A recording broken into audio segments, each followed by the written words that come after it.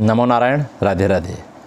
श्रीमद् भगवद गीता के चतुर्थ अध्याय के 36वें श्लोक भगवान कहते हैं, अपि चेदर्षि पापेभ्य सर्वेभ्य पापकृत्तमः सर्वं ज्ञान प्लवेनैव वृजिनं संतरिष्यसि।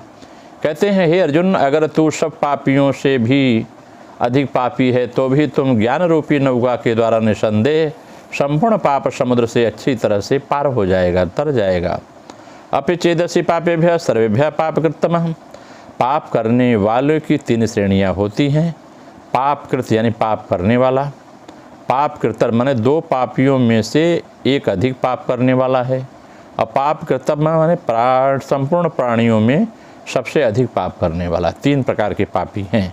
भगवान कहते हैं, अगर तू संपूर्ण पापियों में भी अत्यंत पाप करने वाला है तो भी तत्वज्ञान से तू संपूर्ण पापों से पार हो जाएगा, तर जाएगा।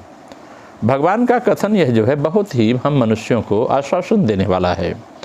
तात्पर्य है कि जो पापों का त्याग करके साधन में लगा हुआ है उसका तो कहना ही क्या है, पर जिसने पहले बहुत पाप किए हैं उसको भी जिज्ञासा जागृत होने के बाद अपने उद्धार के विषय में कभी निराश नहीं होना चाहिए। कारण कि पापी से भी पापी का वे करते तो उद्धार हैं, ये भगवान की लीला है। पापी से पापी मनुष्य यदि चाहे तो इसी जन्म में अपने आप का कल्याण कर सकता है। पुराने पाप उसे बाधक नहीं होते जितने वर्तमान के पाप बाधक होते हैं।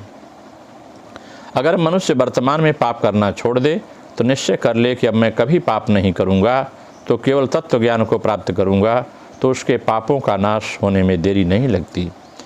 यदि कहीं 100 वर्षों से घना अंधेरा छाया हो और वहाँ दीपक जला दिया जाए तो उस अंधेरे को दूर करके प्रकाश करने में दीपक को 100 वर्ष नहीं लगते, बल्कि दीपक जलते ही तत्काल अंधेरा मिट जाता है।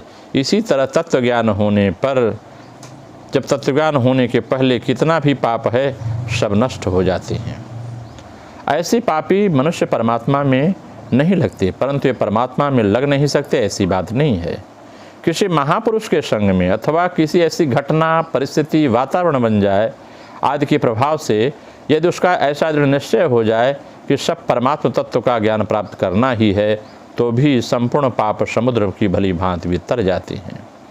भगवान ने ऐसी ही बात अनन्य भाव से अपने भजन करने वालों के लिए कही है कि महान दुराचारी मनुष्य भी अगर यह निश्चय कर ले कि अब मैं भगवान का भजन ही करूँगा तो उसका भी बहुत जल्दी कल्याण हो जाता है। पाप्यू हूँ जाकर नाम सुमेरी हैं, अति अगाध भव सागर तरी हैं।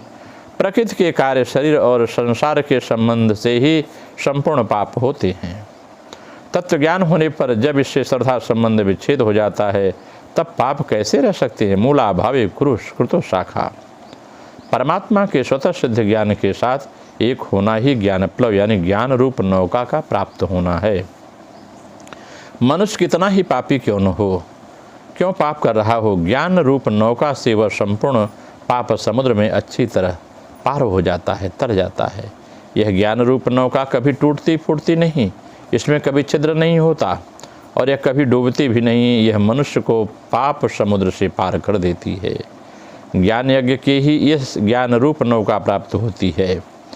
तो ज्ञान यज्ञ आरंभ से ही विवेक को लेकर चलता है और तत्व ज्ञान में इसकी पूर्णता हो जाती है। पूर्णता होने पर लेश मात्र भी पाप नहीं रहता। संपूर्ण संसार में जितने भी पापी हो सकते हैं उन संपूर्ण पापियों से भी जो अत्यधिक पापी है उसको भी ज्ञान प्राप्त हो सकता है। कारण कि पाप कितने ही क्यों न हो वे असत्य ही हैं, जबकि सत्य ज्ञान है। सत्य के आगे असत कैसे टिक सकता है। पाप अपवित्र है, यद्यपि ज्ञान परम पवित्र है। अपवित्र वस्तु पवित्र वस्तु के सामने कैसे टिक सकती है। अतः पापों में ज्ञान को अटकाने की ताकत नहीं है। ज्ञान प्राप्ति में खास बाधा है नाशवान सुख की आसक्ति। भोगासक्ति के कारण ही मनुष्य परमार्थिक विषयों में रुचि नहीं होती और रुचि न होने से ज्ञान की प्राप्ति बड़ी कठिन प्रतीत होती है। अगर हम इसके क्रियायोग के माध्यम से व्याख्या करें तो यह बात और ही स्पष्ट होकर निकल के आती है कि बड़ा पापी होने पर भी सब पापों से व्यक्ति मुक्त हो जाएगा। आद्य गुरु शंकराचार्य इस विषय में अपना सिद्धांत देते हैं। कहते हैं, धर्मो पीह मुमुक्षो पाप मुच्यते। मुमुक्ष के लिए धर्म कार्य ही भी पाप ही है।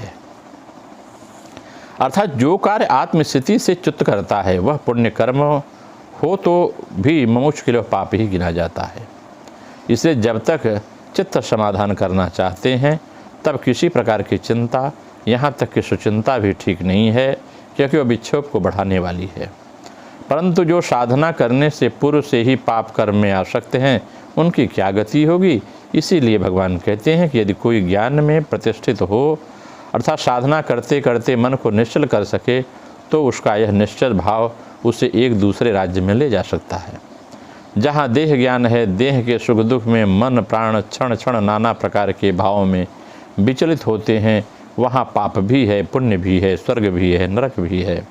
परंतु जहाँ मन अंतर्मुखी होकर देह संबंध से अतीत हो गया है, उस मन में फिर पाप पुण्य नहीं प्रवेश कर सकता, तथा पाप पुण्य के फलस्वरूप उसको स्वर्ग नरक आदि नहीं भोग करने पड़ते। प्राण के सुषुम्ना वाहिनी होने पर मन भी जब आज्ञा चक्र में निश्चल हो जाता है तब उसको पाप पुण्य स्पर्श नहीं कर पाते। अतः पापी भी यदि साधना की सहायता से इस अविचल अवस्था को प्राप्त होता है तब वह क्यों नहीं पाप सिंधु को पार कर सकेगा। देह और इंद्रियों में मन का आना ही पाप है। ये मन देह में नहीं रहा, साधना द्वारा आत्मरूप में स्थित लाभ प्राप्त किया, उसको फिर क्या पाप और क्या पुण्य कोई भी रोक नहीं सकता। मन को सीधे आत्मा में स्थित लाभ कराना चाहिए। आत्मस्वरूप में वह सर्वातीत होकर सब अवस्थाओं के अतिक्रम करके ब्रह्मस्वरूप समुद्र में विलीन हो जाता है। ज्ञान होते ही कर्म नहीं रहता, यही ब्रह्मपद है, यही प्रकृति में पुरुष की मुक्ति है। नमो नारायण। राधे राधे। आप सबका मंगल हो।